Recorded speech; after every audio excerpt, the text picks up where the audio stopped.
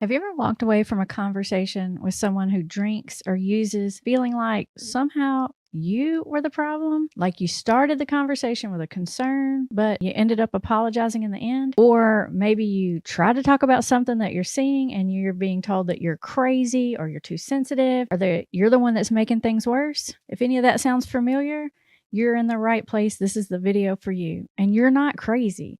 You're not oversensitive, and you're definitely not imagining it. It actually has a name. And today we're going to talk about how it plays out in real life. Now, before we go any further, I do want to say this. When I use the word manipulation, I'm not saying that the person you love is an evil person. I'm not saying they're a bad person. I'm not saying that they don't love you. What I am saying is that the addiction changes their brain.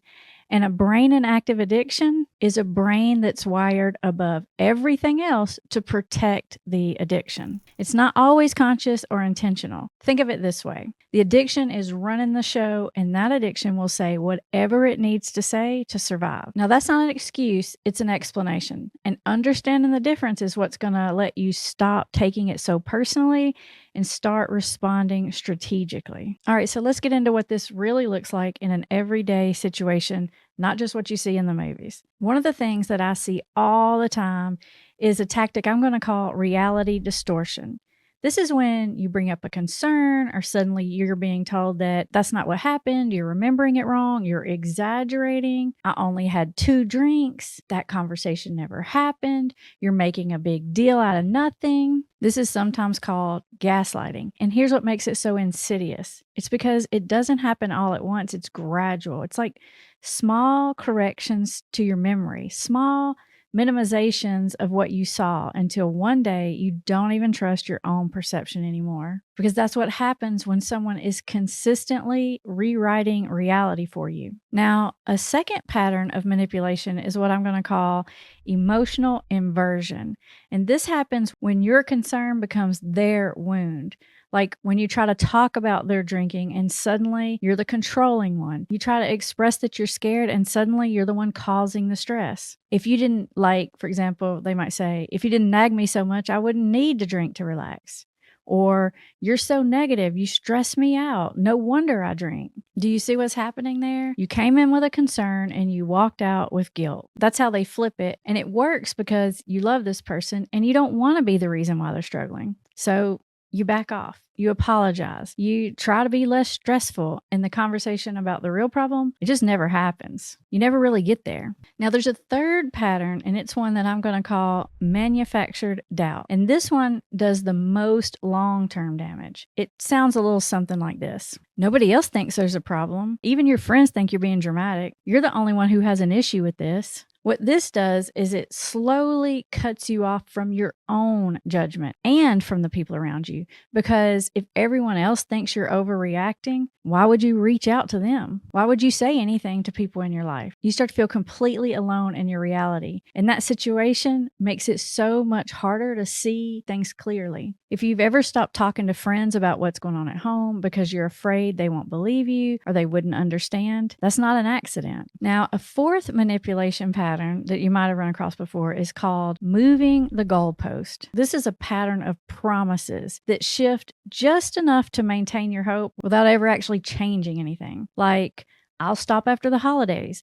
I'll switch to beer, that's better. I've really cut back. You just don't notice. Each one of these feels like a small win, like a little progress. So you wait, and then the holidays pass, and then the beer turns into a case a night, and the cutting back lasts for 3 days. You see, the goalpost just moves again. This pattern keeps you in a permanent state of waiting, and waiting keeps you from taking action. And that's not an accident either. Sometimes when people are doing that, they're really just bargaining with themselves, and sometimes they're conscious about it, and they're really just trying to get you off their case. Now, with all these patterns, there's something I want you to notice. Almost every single manipulation tactic we talked about gets triggered the moment you try to confront the behavior directly. The moment you try to bring up what you found, the moment you you say you need to talk about their drinking, using, or smoking. That is when the reality distortion kicks in. That's when they flip the script on you. That's when everything gets flipped upside down. And it either ends with everybody leaving mad or you end up apologizing just to keep the peace. But there actually is a way to bring up the problem, to address the issue without stepping on those landmines. A way to start to break through the denial without it turning into a giant thing every single time. And I teach those tactics in our Denial Breakthrough Challenge.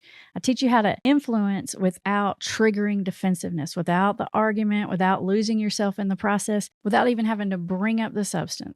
Now, we only do this challenge every 4, 6, 8 weeks or so. I'm going to put the link to the descriptions for those of you who want to reserve your spot to the one that's coming up. This can genuinely change how every conversation goes from here on out. Love to get your feedback in the comments below. Now let's move into why you keep falling for these manipulation tactics. Because I know what some of you are thinking right now. You're thinking, why can't I just see what's happening and stop it and quit biting the fish hook, quit falling into it? The thing is, these tactics work because they target your best qualities, your empathy, your loyalty, your love, your hope that things will get better. You don't fall for it because you're naive. You fall for it because this is someone you love, and that love makes you want to believe them. Being manipulated doesn't make you gullible. It makes you human. But there's some good news here. The moment you can name what's happening, everything starts to shift. Like, for example, when you know what's coming at you is reality distortion, you stop internalizing it as your reality. When you recognize the emotional inversion, you stop apologizing for having a concern. When you see the moving goalpost,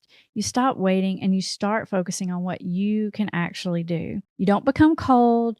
You don't stop loving them. You just stop getting lost in the chaos of it. And when you stop getting lost, and eventually you become someone who can actually influence change, not by fighting the addiction, but by refusing to get pulled into the games. If this video gave you language for something that you've been living, I want you to drop a comment below and tell me which one hit closest to home. Because sometimes the most powerful thing is knowing that what you experienced has a name, that it's real, and that it is not your fault. And if you're ready to go deeper and learn how to actually respond to these patterns in a way that protects you and gives your loved one the best chance to change, I've linked some resources below. And lastly, if you're not already subscribed, please do that now because we talk about this stuff here in a way that doesn't shame you, doesn't shame them, just clear, practical, and real. I'll see you in the next one.